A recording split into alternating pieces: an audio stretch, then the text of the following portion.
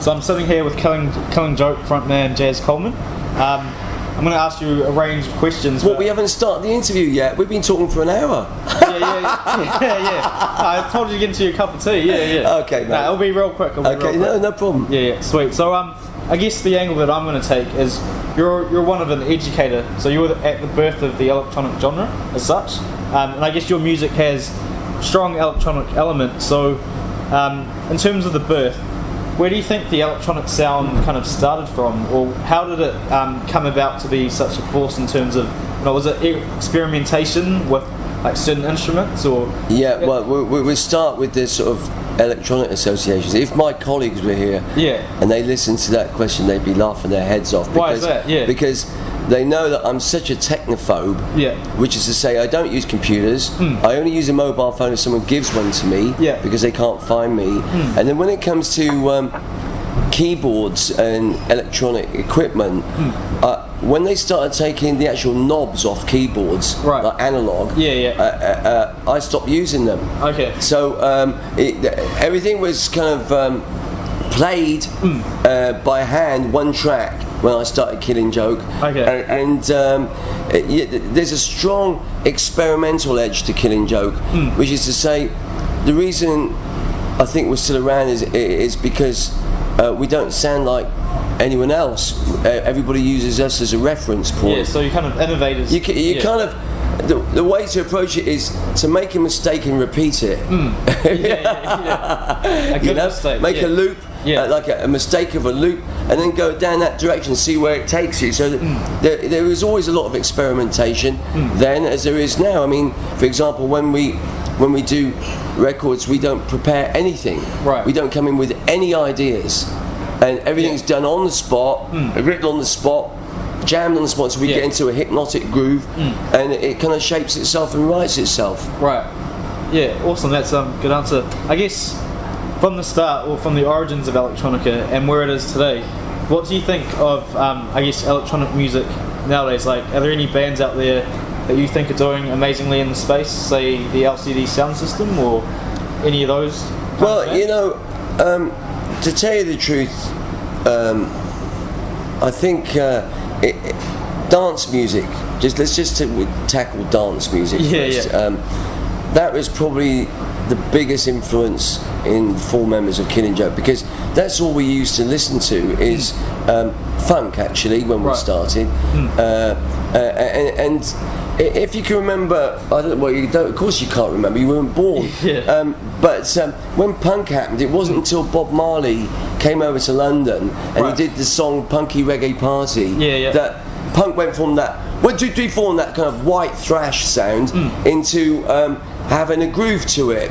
So essentially, and that was Bob Marley. That was the second wave of punk, we call that. And then post-punk kind of happened after that. And it wasn't until Youth and people like Jar Wobble, Youth especially, because we listened to Chic and Sister Sledge and all these kind of 70s dance groups, and that's all we used to listen to, and reggae music, to be honest. And dub. I mean, we've still got a big passion for heavy dub music and stuff. Nice. What kind of dub? Like who? Basically, Finn's quite a reggae-orientated station. Augustus Pablo. God, where do I begin? Where do I end? I mean, so much dub. We're still passionate about. Well, I'll get a list for you. Try and get a list for you. There's so much we don't have time to go cover that, but I'm so passionate about it.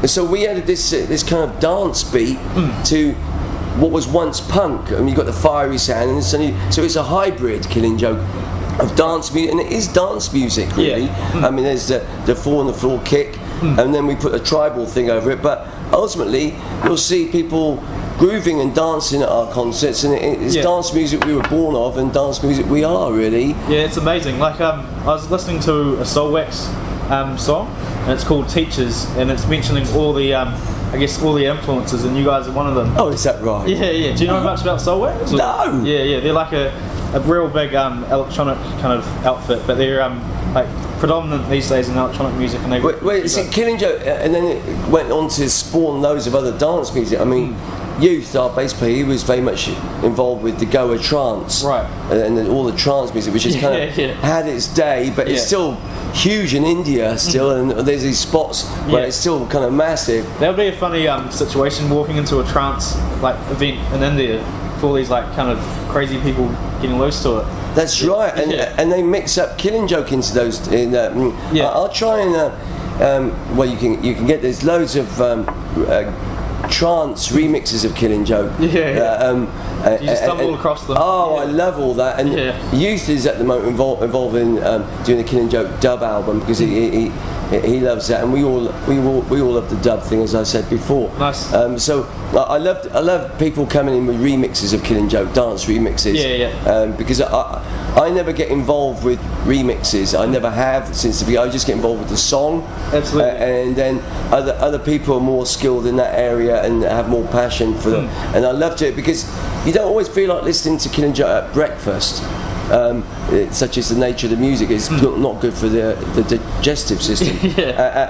But I do like listening to Killing Joke in dub at breakfast time, or a Killing Joke dance music going in the background, or an ambient mix of Killing Joke. And so I love these traditions that people have gone. Of course, it's a hard life going into dance music to make a living, as you well know. Absolutely. To actually get money out of it, and so few actually manage to make a living out of it. It's like jazz music or underground music. It's a hard, long path, and it's years of not going away.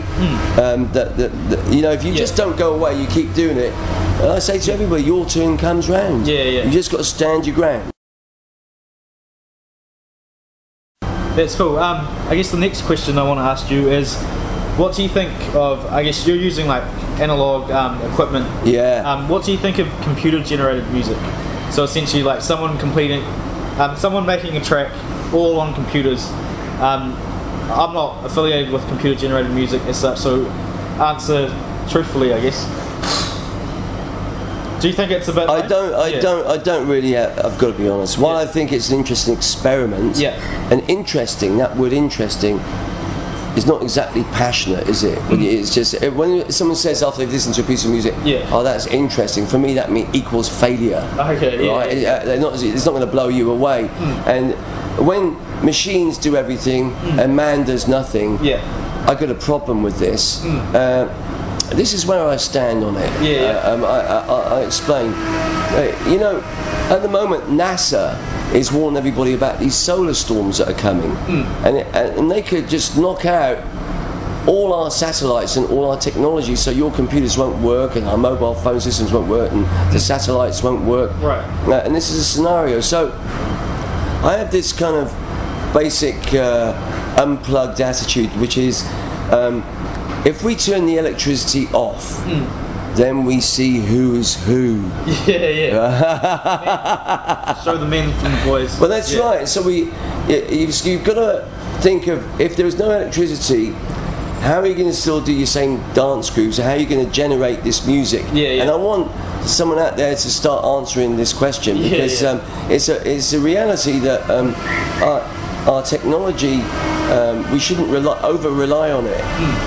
Some would say that you're behind the times in certain aspects. But you see, when these solar storms come, maybe I'm ahead of the times because what if there is no electricity? And to be dependent on technology, I don't know whether it's such a good idea. Absolutely. And that's why I love Marty Party so much, because they take out the guitar and everyone starts singing. For me, the human voice is everything. And people singing together, not for money, but to be happy. This is everything to me. What are your beliefs in, I guess, DJs as musicians, in terms of, they're just piecing together a track after a track? Is there an art form in the way that they put it together, or are you very much a purist on the issue in terms of DJs being kind of just clipping the ticket a little bit? See, it's a shame we don't have the rest of the band here, because everyone's got different opinions on this. But what's your particular opinion? Mine is I like melody, and I like grooves, and played by man, human sweat. and effort. As opposed to someone clicking a few buttons and then mixing it on a turntable. Well, this is good too. Yeah. And I like people doing this, and I've heard great things, and it gets me off on it. I really enjoy that, and I like going out to dance parties, and I find them inspirational. That being said, I am a purist. Yeah. You know, I started with classical music first, and then like my introduction, I didn't really listen to rock music until I was about 13 and a half, 14.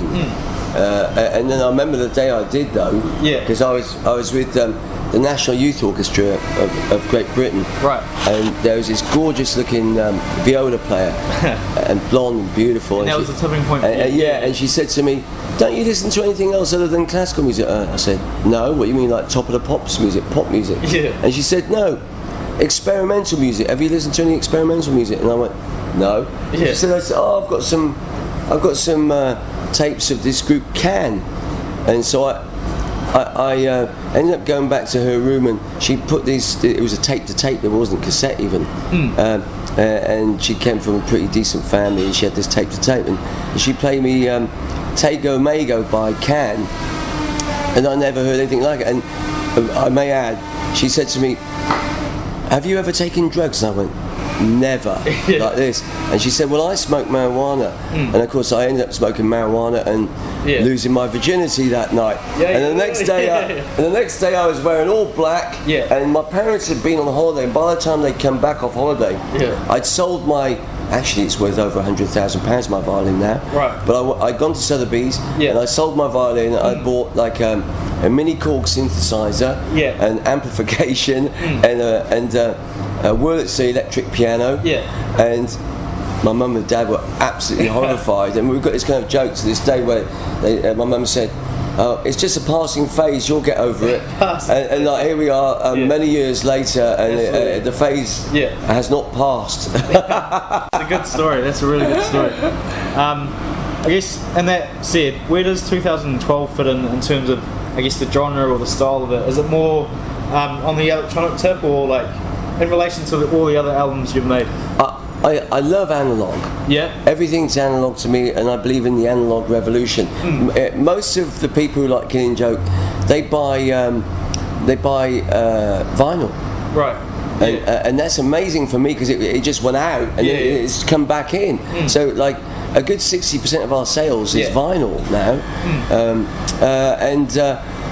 I think analog gives this warm sound, and of course the artwork of a LP, it was so special. Once a week you save up your money, and you go to the shop, and then you sit on the bus on the way home looking at this lovely piece of work in the artwork, and you think, wow, what's this going to sound like? You got home and put it on the turntable, and it was such a thrill. And it's sad to me, I talk with people at Real Groovy about this, and some of them are elder fellas like me, and like how exciting those days were, and how the excitement, the thrill of discovering new music is on this next generation has been lost, and we've got to rediscover it somehow, you know.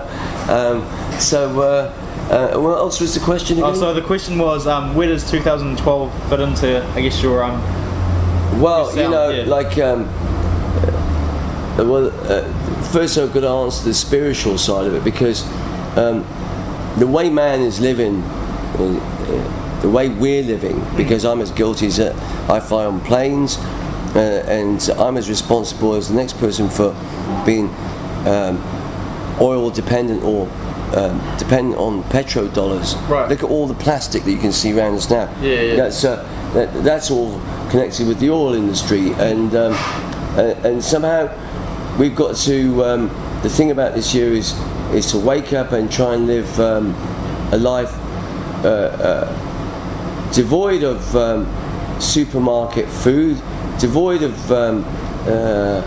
dependency on petrol or cars. Somehow we've got to make this change. I mean, I'm speaking from my heart, and in every indigenous culture in the world, their mythologies and their calendars point towards, well, we can't say exactly this year, because it's all about the leap year over the last few thousand years.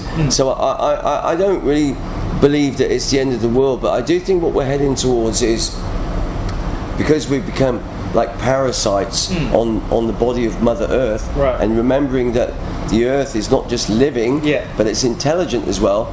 It's going to react to these fleas, these parasites that are mining, raping, and sucking the blood, the black oil or the blood of Mother Earth out of her. And we're in for a bumpy ride ahead.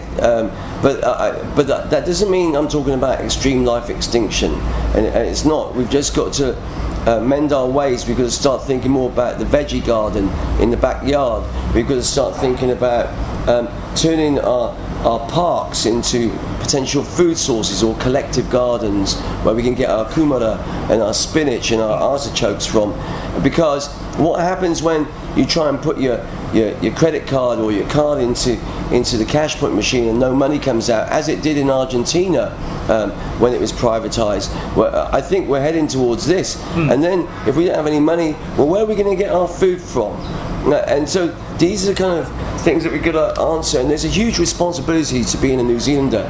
But bear this in mind, the rest of the world looks to New Zealand as the light of the world, clean, green New Zealand. Of course, we know that it's not altogether true, but I don't like to break their dream, and somehow we've got to live up to the expectations of the world to become clean and green in this country, and not dependent on oil and petrodollars. And in my work, what happened with me is when I came to New Zealand, I didn't make any money, as we discussed before. The only money I ever made was 20,000 New Zealand dollars from the Auckland Philharmonic for my composer in residence scheme. And then the studio around the corner, York Street, I didn't have a week's wages from this. So I ended up, and I remember one year I went 16 times from New Zealand to Europe and back again in 1 year. Right? And the very least during the 90s was about 8 times back, and now since the year 2000 I've kind of come back, well, once a year or sometimes twice a year if my daughters need me desperately. But I've been trying to be ever mindful of the carbon footprints that I'm leaving, and at the end of this year, I can only speak on a personal level, I want to come back home, and because I don't have any real overheads, I live a life of near poverty, as my colleagues will testify with. All I need is to have my stomach full, and I can crash anywhere. And I don't mind roughing it. I'm trained that way. I want to come home to Aotearoa and to serve music, because it's the only thing I can do. And if anybody needs me, and all I ask for is feed me and give me somewhere to crash, and I'm all yours. There's so many lonely people in the world, and I'd like to think that I can use my insomnia, so if they ever want to find me to have someone to talk to, that I can be there for people. And I'm trying to follow the Mahatma Gandhi, who somewhere Mother India runs through my blood, and yours too a little bit, but the influence, even if it is Sri Lanka. And even if the Chinese have a deep water port in Sri Lanka, which they do, you see, I'm trying to walk my talk. There's too much greed. There's too many greedy musicians, and this thing about being in a band to become, famous and rich, and this is just such a lie. This way of living, and I so renounce it. I renounce greed, and we've got to somehow move away from this me generation to a we generation. Absolutely. And if you want to get rid of some of your own problems, start worrying about someone else's problems. That's what Gandhi said. So I'm trying to follow him, because you see, it's a very personal part to this story. Mahatma Gandhi said that we should live a very simple life, and we should have villages that are sustainable, with sustainable resources, free from industry or petro dependency, and actually my daughters Tabitha and Odessa, their lineage goes back to the first Prime Minister of India. It's one of my darkest secrets, and he made the big mistake. The first Prime Minister of India, who's my great uncle, that's the Mahatma Gandhi said. He warned Pandit Nehru against the industrialization of the Indian homeland, And if you want to know about Gandhi's ideas on the village, you can find them yourself and do your own research. And my ancestor disregarded the Mahatma's warnings about this, and India now has become polluted, overpopulated, dirty, and yet they still have this simple spinning wheel as the symbol on the Indian flag that's meant to remind everybody who has Mother India in their blood that humility, and to make your own homespun, your own cloth, and to wear simple white robes with pride, and to renounce all forms of materialism. And he leads the way from himself. He was the last great leader.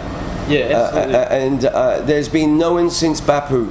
And for the remainder of my life, I mean, I still have too much, and as I've said and probably repeated myself too many times, I have 3 pairs of trousers, 11 t-shirts, 2 jackets, 2 jumpers, and 2 pairs of boots, and a briefcase that holds papers that I write on, and my passports. And of my passports, if I had to give up my European Union passport, or my New Zealand passport, I give everything up for New Zealand, because New Zealand is a country I am convinced is blessed by God, and if we don't get it right, there's no hope for the world. You know, there's 435 nuclear power stations in the world, and my dream is that they're all dismantled one by one, along with nuclear warheads and everything else. And I'll never let go of this dream that this is going to happen. I will never walk away from the dream of reforestation and keeping our rivers clean. We can fly to the moon. But think about it. New Zealand and New York City, for example, all the excrement from human beings is pumped out into the sea, and then we wonder why the price of fish is so high. You know, we're just ridiculous. Human beings, the human condition is in a terrible state, and New Zealand must lead the way. That's a good answer. So in a way, 2012 is kind of a societal simplification. It's a revolution of the human heart. So it's almost like going back, rewinding the clock and starting again. Simplicity. We don't need so much. Community is everything. Your neighbours, your small community. This is how we change the world. And how you change the world is by changing yourself. You know, change yourself first. And that's right. You know, and that's right. That's the only way. You can't preach to people. It's like telling people with alcohol or drug dependencies, don't do this, don't do that. External pressure doesn't work. You have to lead by example, don't you? Absolutely. That's interesting. So you think music is the way that you're, I guess, informing others of this notion? Is that the best way that you see possible, as opposed to? Oh well, we make such an uncommercial sound, and I've just been told, you know, that Killing Joke's in the top 10. Overseas, you know. It's amazing. And yesterday we were released globally, and we make the nastiest sound and the most uncommercial music in the world, but it's reaching quite a lot of people. So there absolutely is a God, and He's been so very kind to me. So you've chosen music as the outlet, I guess. Well, that's all I can do. But you can people who it's not just music, because I think there's so many different mediums that we can convey. There's people who do oil on canvas. There's people who have all sorts of different expressions. But to speak with a social conscience and to speak from your heart. And if you see evil or wicked things happening in the world, the greatest sin is not to speak out.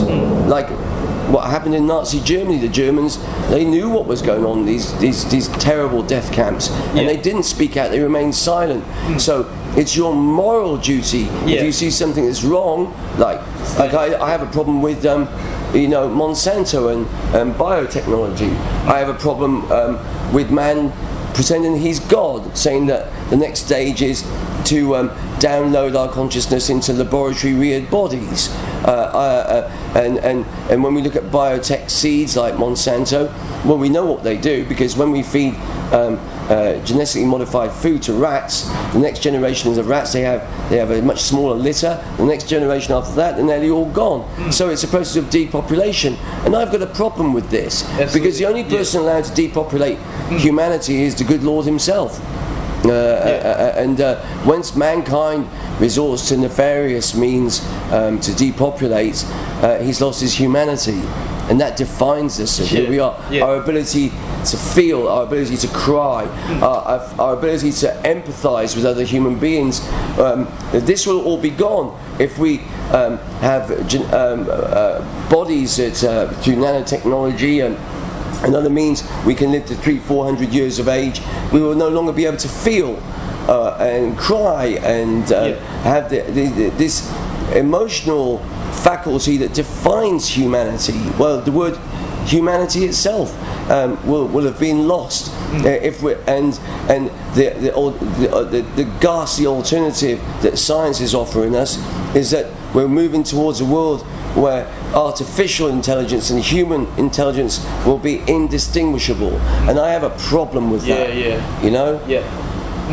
And so, while I never want to go into the political arena, I think it's only morally right to speak out from the perspective of a social conscience. Yeah, good answer.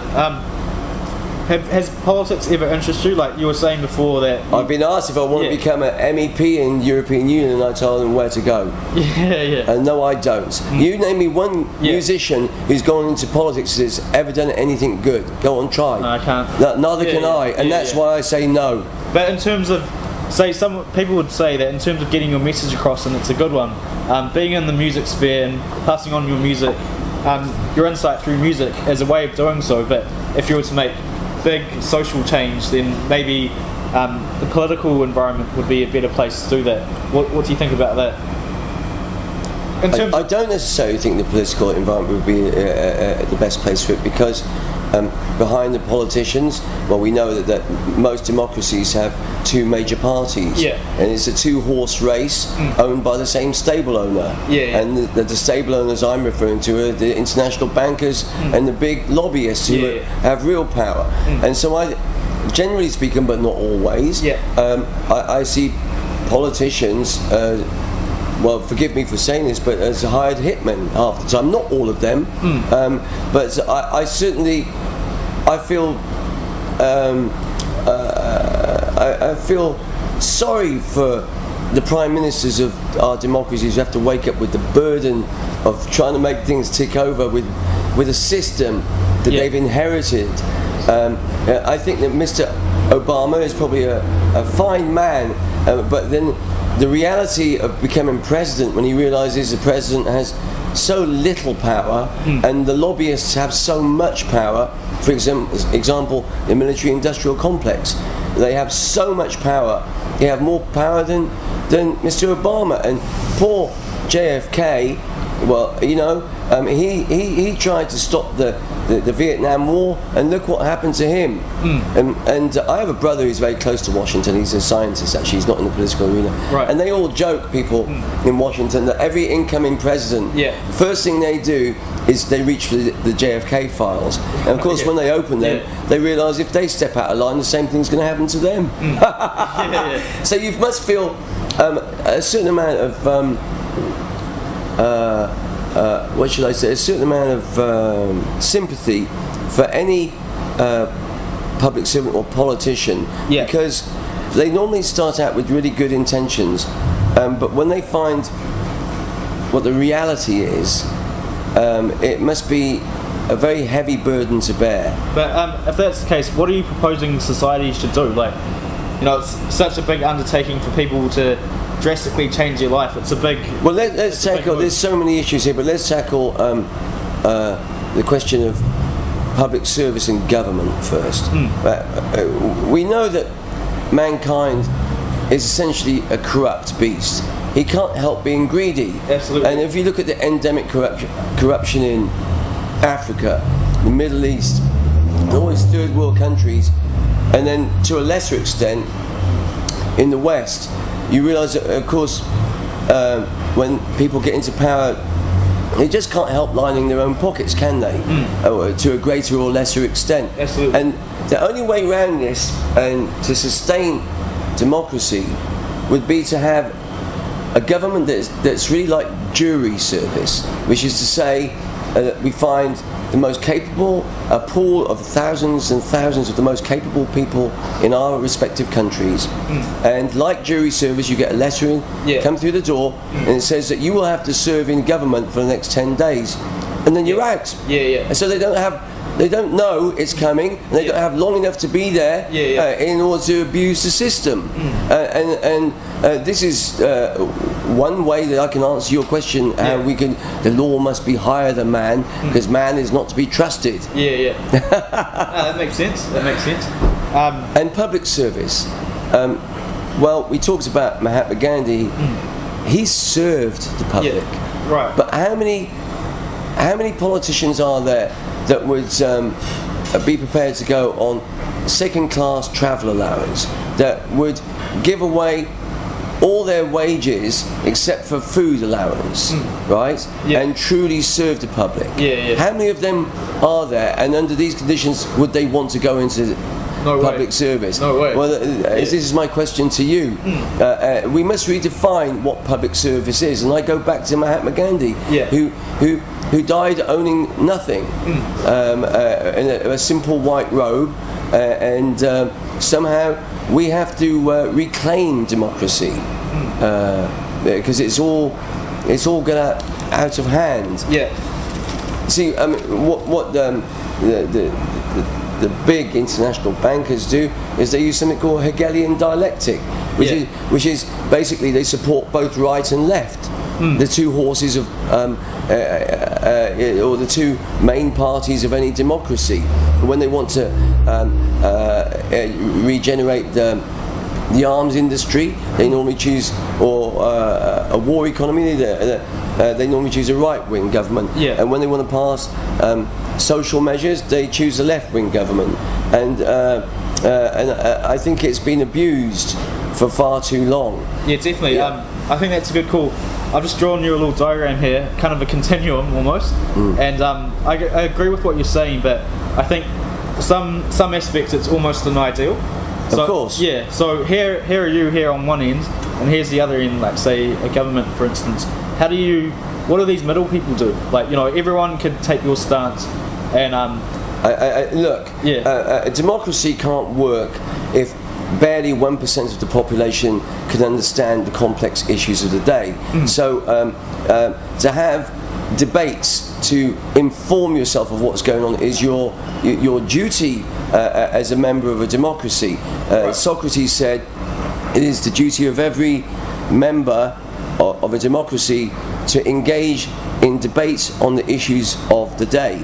And that's thing. You see, the things that we fear, and the things that we must have debates. We must inform us of what is going on in New Zealand, what's really going on here, and we must never forget that the government serves the people. The people do not serve the government. Now, if the majority of people can understand this very simple idea, then things will improve. You see, I consider myself apolitical because after being in New Zealand, I realised that around about 90% of small businesses have a staff of 7 or less, and they're the highest taxed people in this country. That's first, and secondly, what they don't teach you about starting a business is responsibility. You have a responsibility to your employees, that they have families too, and it's not just like you can just fire people and hire them. You have a responsibility to these people, and so part of me has right-wing sympathies, but the other part of me believes in equal opportunities. Absolutely. And I'd like to do away with private schools and improve state education. And so we have the very best state education. And that's not the case. I mean, if you look at King's School, look at all the wonderful things that King's boys and girls enjoy. What I don't like is this air of, or this sense of entitlement that they have. if we go to the United Kingdom, like 90% of our businesses are run by people who went to private schools or public schools, as they call them. And you only have to look at Mr. Cameron and his government, since they all Eton people, and they're privileged people, you know. And for myself, I've always admired people who came from the lower strata of society, and they crawl out the slime, and they make a go of their lives. Their journey, their epic journey, is always greater than those people who are born into privilege. Absolutely. You know. So actually, I believe in the principles of a country like France, which is equality, fraternity, quality of life, equality, equal opportunities. You know, and part of me is extreme socialist, and part of me has right-wing sympathies. So I remain, and of course, really, the only time I've ever voted is once for the Green Party. I'm ultra green. I'm an ultra green collectivist. So there aren't any political parties that really could fit my kind of ideals. So I best keep out of the political arena altogether and concentrate on reminding people that it's your duty to self-educate. That all the boys in my band, we teach in universities, we do all sorts of things, and we all left school around about 14 with no exams. And so everything that we've got, we've self-educated, and education doesn't finish even when you leave university, if you go to university. It's your duty to educate yourself and inform yourself until you're 6 foot under. That makes perfect sense, because I think you're saying the middle people, or not the idealist or the government, there's a moral duty that they have to act in good faith almost, or kind of make political change or make change based on the government serves the people do not serve the government. That's awesome. I'm really liking that concept. So I guess the other question, do you have time, James? All the time in the world for you, my friend. Cool. Just with the music industry at the moment, and the way that things are being consumed, like, you know, it's available on iTunes, and then you kind of organise your music via like an Apple iTunes system, and then you listen to it on your iPod. Well, you do, I don't. But essentially that's the way that the younger generation are doing things. What are your thoughts on that? Are you Well, what's happened is basically the entertainment or the music industry has imploded. Everyone actually expects music for free, and so the impact this has had on people, everyone from bands to promoters to PA companies, to people who work in record companies, has been so drastic. Sales of records 15, 20 years ago compared to sales of records now, oh my God, it's just changed. It's affected everybody. But I'd say the one positive thing that's happened is that the people who are left in the music industry, because there's no money left in the music industry, are the people who are passionate about music. And it's left just to people who are passionate about music and who would do music as a lifestyle choice, as opposed to something that I can make a quick buck out of. So in the one sense, I think it hasn't had a bad effect on people. And people always think, oh well, 33 years ago you had it easy. No, we didn't. We had 20 middlemen taking a cut above our heads. Bear in mind that from every record that I made during the 80s and 90s, I personally would receive between 1.5% and 2% of every record. Which you have to sell a lot of records, which we haven't. In order to, we've just sold enough records to get to the next record, and we've been very lucky in this respect. I've actually sold more classical records than Killing Joke records, and but this has never been so much in Europe. It's been predominantly in America. But now in America, of course, and I see it when I'm touring there. People, if they've got a job, they have a choice once a month to either buy a DVD or go to a concert, or a CD or go to a concert. They can't choose both. They don't have the money. Absolutely. And so there you go. I guess that's a good summation. My last question to you is to do with radio. I work for Bass FM, or do a show on Bass FM, and we're essentially, I guess, an underground or alternative station trying to compete with the Georgie FMs that are owned by MediaWorks and these big multi kind of conglomerate based stations. What are your advice to like the little guy like Bass FM to try to survive in this beast? Well, all the other radio stations are heavily playlisted. We have like and they play basically bland, homogenized music, and we should be looking towards the underground, the rebellious, the small guy who's got the passion about music, the unknown band. We should hold our heads high and be proud of every independent record store like Real Groovy and tiny radio stations. I was speaking to this wonderful lady. She said, I don't know how she got in with Universal in Australia yesterday, but she said, "Oh, I'm from a tiny community-based radio station." So and she was a most wonderful lady, and she really touched me, because obviously you're not doing it for money, and it's a big passion. And I said to her, "Look, if you've got any bands in your town that need my help to put things together, if you can get me there, I don't mind sleeping on the floor. Just put some food in my stomach once a day, and I'm all yours." And that's my answer to you. Any way I can help you, the same thing goes. As I come to Aotearoa, anyway, you don't have to pay my ticket, but if you can buy me a bowl of porridge or something simple like this, any way I can help, I'll do it for nothing. Excellent, that's a good answer. That was Jazz Coleman from Killing Joke. It's been such a pleasure. Fly the flag.